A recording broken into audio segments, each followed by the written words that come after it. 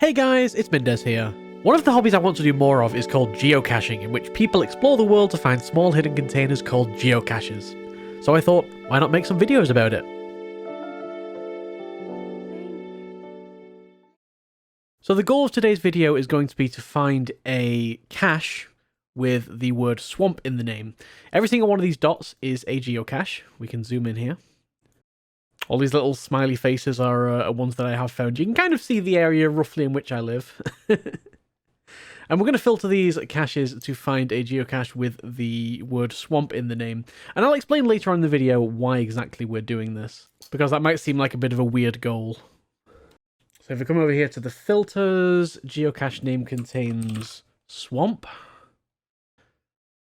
And let's see just how many there are. I don't want to go too far out for this.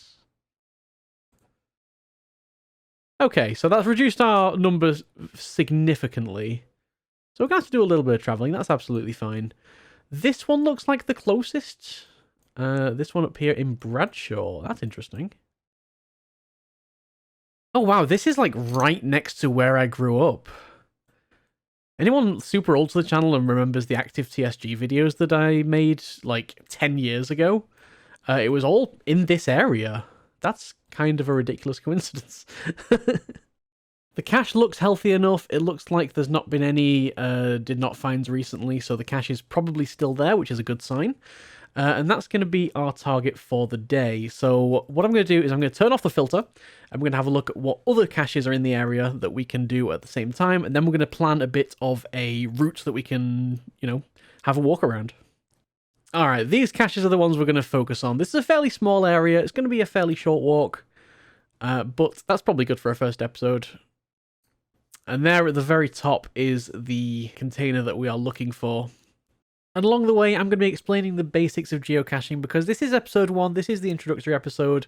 Let's get out there, let's have an adventure. I decided to park up here and make my way up towards the first cache, but soon realised that I'd made the same mistake that a lot of people in the logs for this cache had made, and that is that it is not accessible from this side. So back down to the main road and around it is.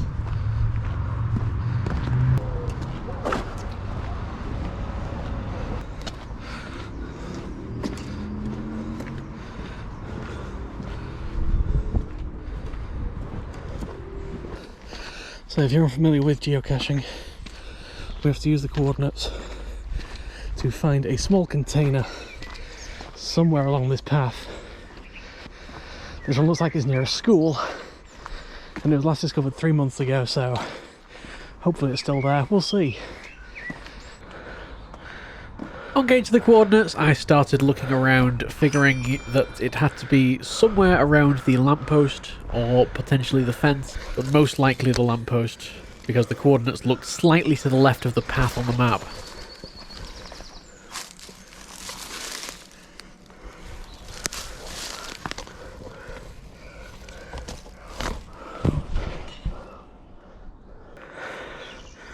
Alright, so it should be somewhere around here. Ordinarily, a cache would have a hint on it, but there's no hint on this one, which makes me think I must be missing something super obvious. Alright, I was very suspicious about this lamppost, and turns out that's exactly where it is. Right under here, there's a little bit of a tab pulling out, and there is the geocache. Oop! Slightly magnetic. And there we go. So we'll take it over here, we'll take out the logbook that's inside, so let's see if I can do that, and this is a logbook with every name that's found it, so I'm going to put our name right at the bottom there. Doesn't show up very well, my finger is not the best writing implement, but there we go, and that is our first traditional geocache found. Gotta put it back, and then we'll move on to the next one. There we go. No one would ever know. Alright, the next one is over there at the Crofters Arms, St Maxentius Church. It's another traditional, so let's go see if we can grab it. Is there a hint on this one? So we're looking for a black magnetic nano cache. We've got some information about the church in the description, and I feel like that hint indicates it's probably going to be around a bench. Let's go see if we can find one.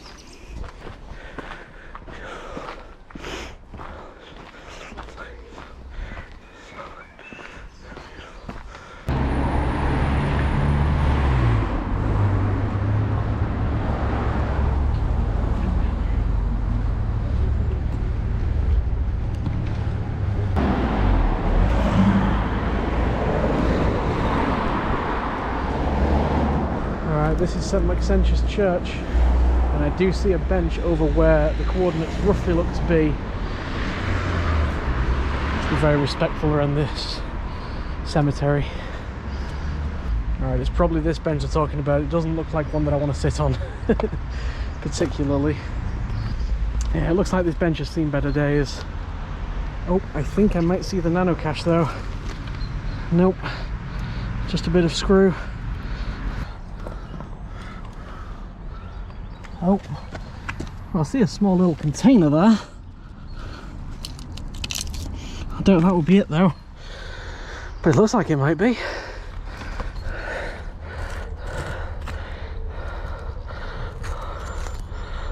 No, definitely not. I did find this under the bench, but it does not a geocache. I'd always like to have a quick look at the last find though. It looks like it was found a matter of about 3 weeks ago, but with a damaged container, so I'll give it one more quick look. So I set about rechecking every surface by running my finger along them, looking for a small black nano cache. Yeah, suffice to say, geocaching has forced me to confront my fear of spiders and insects on several occasions. Oh, there it is, hiding right in one of those little slats there, right next to a big spider's web as well. Not surprised I didn't find that one on the first sweep. So this is a nano container. This is a pretty standard container that you get in more built up areas, and as we open it up you can see very small logbook. We're going to just unroll that and see if we've got space to sign our name on there. 2 out of 2 found so far. That's a pretty good going kind of day. This is very fiddly. One of the recent logs did say this was very mushy, the log, but it doesn't look too bad. And these can be a bit of a pain to roll up again, as you can probably tell. Not very far to go for the next 2. So the next 2 are orange multi-caches. The cache does say it's a fair distance away, so we might not necessarily go and find it today, but at least we'll know where it is on the map. And if it is on the path, then we'll go for it, but no promises. In multi-caches, you usually have to go to the location and then use a sign or something to work out where the final container actually is. That means that the final container can be quite a distance away, and in this case it would have meant going a couple of kilometers out of our way. So despite the fact that I did get the coordinates for these, we're not going to be doing them today. Still, I have at least got those coordinates for when I come back to the area to do more caching. For the next one, I think we're going to have to walk up to here to get access to the park. So let's go.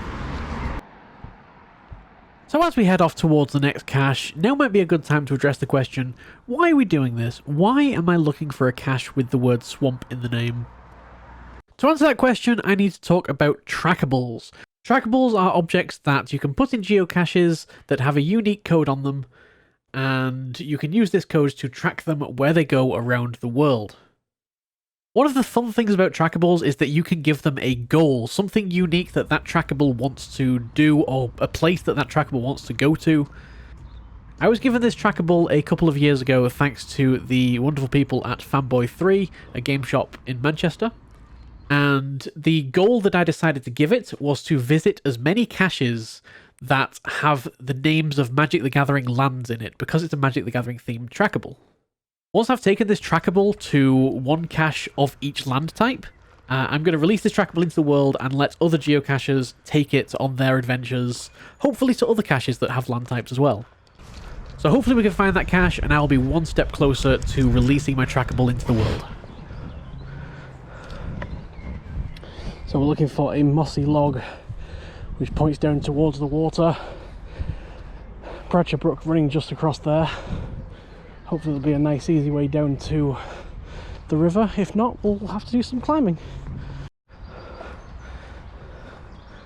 Walking alongside the river now. I think it should just be over here. Oh, it does say we're in 10 metres of it, so maybe just back here. Now, this has been maintained very recently.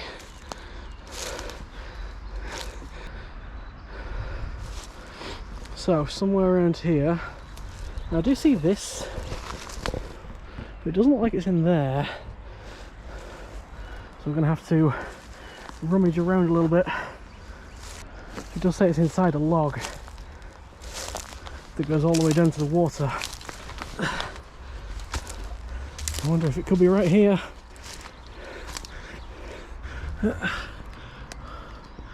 Ooh, this is... You know what, we're getting close. I feel like we're getting close. Nice mushrooms in there. Definitely not going to pick them. I'm not quite that adventurous. It's been maintained very recently. It was in fact replaced yesterday, after someone must have taken it or destroyed it or something. I'm very surprised it's not in here, because this is the perfect spot for it. One more quick look down there, but I don't see anything from where I'm standing, at least. Alright, I'm expanding the search radius a little bit, looking in some of these trees over here as well. GPS accuracy is not the best when you've got a little bit of tree coverage, so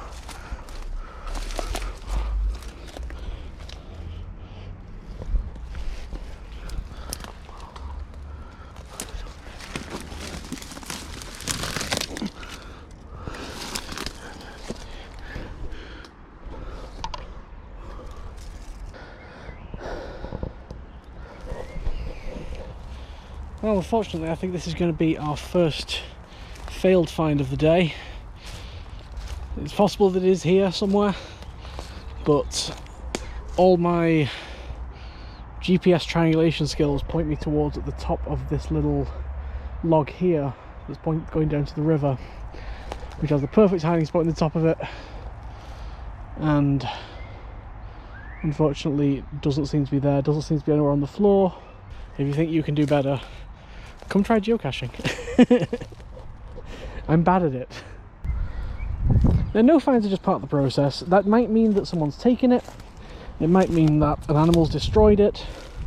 You know, it might mean that I'm just too bad to find it. It might mean a lot of things. The fact that it was replaced yesterday makes me think that it's probably just me being really bad.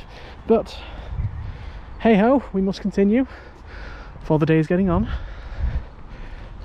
After having spent half an hour and still feeling a bit down about not finding it, even though it was only just recently maintained, I decided to just head on to the next cache.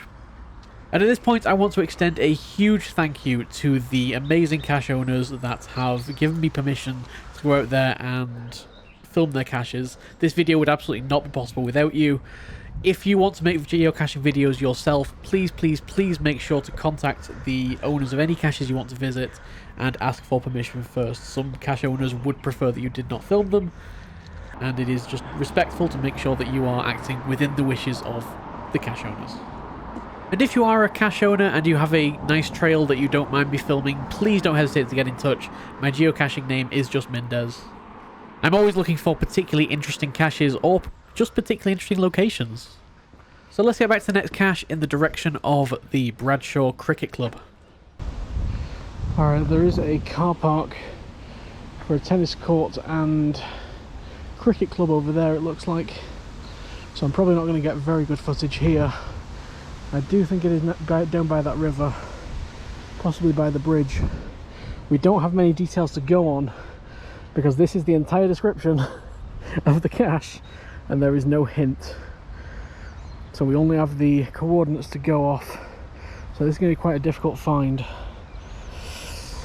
And we're going to have to be very careful for people watching.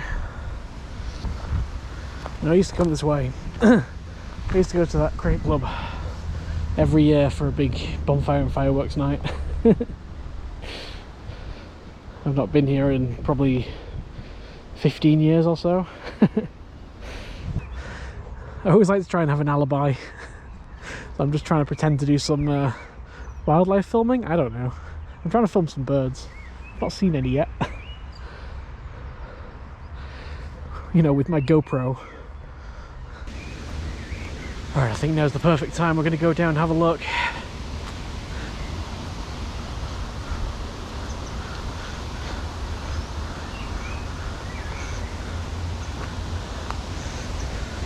I don't know what I'm looking for at all. Oh.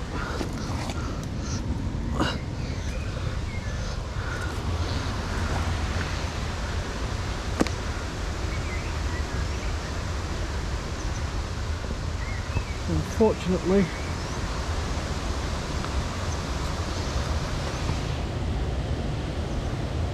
could it be up there? There's nobody around. Let's have a look.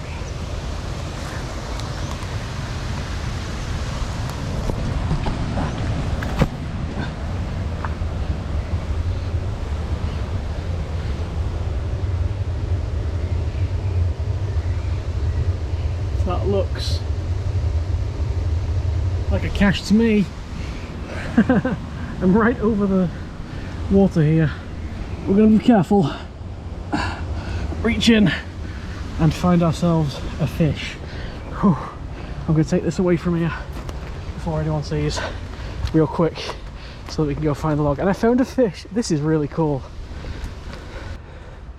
Alright, I think this is one of the coolest cache containers that I've found so far. You can see it is just a rubber fish with like a little container shoved into it. We got the logbook. What a beautiful little cache. You know what, that's my favourite of the day. I love that one. As you can see here, this is a very new cache. We're actually the second person ever to find this one. Very, very cool.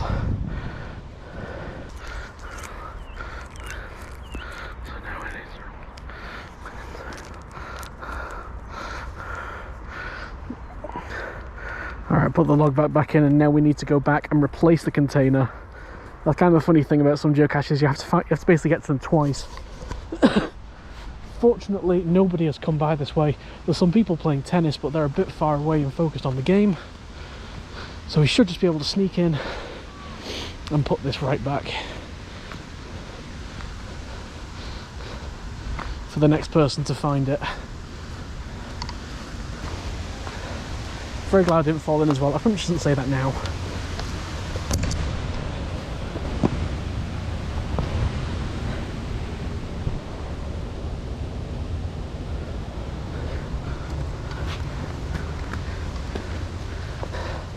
There we go. The perfect crime. Okay, the next one is a multi on the other side of the bridge, so we're gonna have to cross this bridge and head over to the next War Memorial cache. But enough carping on. I didn't want to get caught up with any red herrings, so I decided to go on to the next place. I am so sorry. War Memorial is very common in the UK. There's one at least in every town, sometimes more than one. We've seen two on this walk alone. So I've got the finished coordinates and it looks like it's right over in the stands over there. Let's have a look and see if there is a hint on this one. Giant stump low, please re-hide well. Alright, I guess let's have a wander around to the other side of the field and see if we can spot it. So I'm a little bit worried because it does say that trespassing may result in prosecution, but Well, the things we do in the name of geocaching, eh?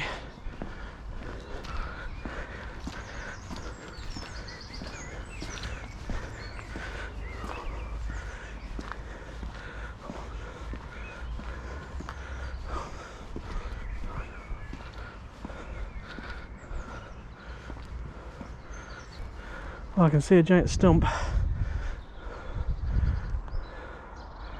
Should I bury on the other side of the fence? Let's try on the other side of the fence.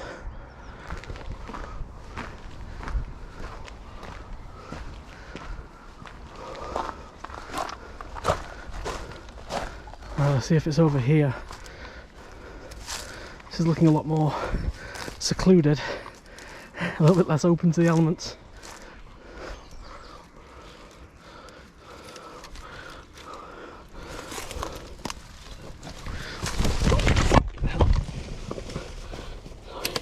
Sorry. Oh, it's up there. God damn it. So from this side I've spotted that stump up there, which is bigger and easier to access from the other side. I think I'll probably get through this.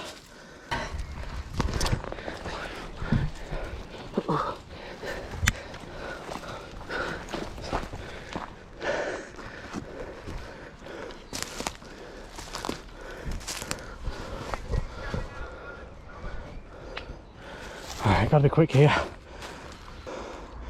I don't see it from this side though, and this is going to be quite a slip if I do fall down. Alright, this is the stump. There's a hole there with a lock of wood in it. I'm thinking that is probably where the cache is. Let's have a look. This is one of the more overgrown ones today, that's for sure. Oh, if we take that out, is it down there? Too difficult to tell. Let's try with a phone light.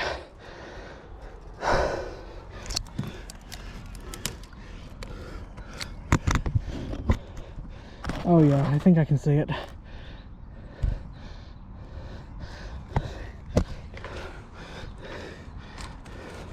I think I can just about see it down there. So this is what geocaching has me do. Reach into random dark holes. Oh, there's a cricket ball down there. There's a cricket ball down there, that's for sure. One more reach. And unfortunately, oh, yeah. A cricket ball and an empty can. That, oh god, you know what, I almost completely overlooked this. What is wrong with me? This bit of wood, of course, is the cache, isn't it? Ah, oh, what an idiot I am. What an idiot I am. Alright, let's leave that there while we sign this thing. Oh, brush all the insects off of me. That is a dark hole to put in my hand down and then realising I didn't have to. Well, it happens. Alright, here's the log. Let's go ahead and get that open and then sign on the next available line. And then we'll put this back in there with the lid so someone else can have a fright next time. You know what? I think it's time. Let's go find the cache that we were here to get in the first place.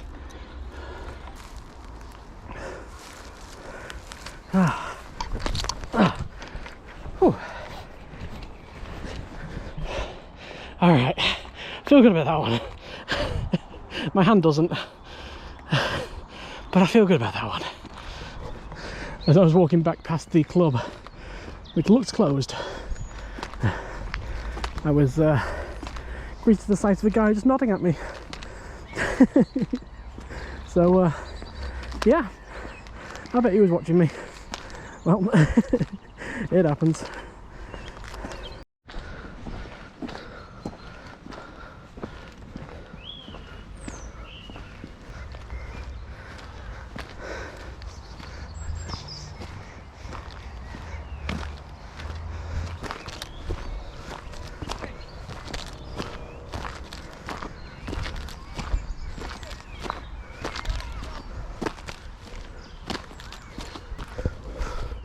I really hope we can find this last one. That is the reason we're here after all.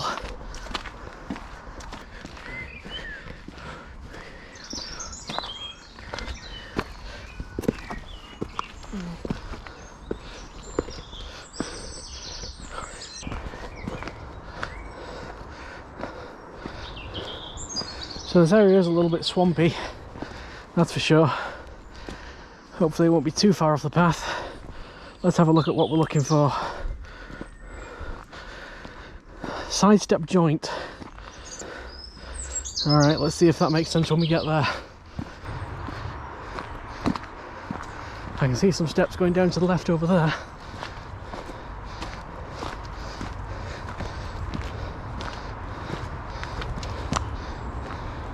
Oh wow. I don't know if I got that on camera, but there was a deer. There it is.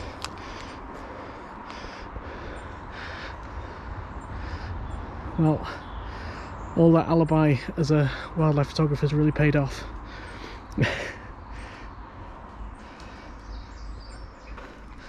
Meanwhile, let's have a look for this cache. So, the clue was sidestep joint. Probably going to be on this banister or underneath this banister. Let's have a look. I'm going to have a bit of a feel, I think.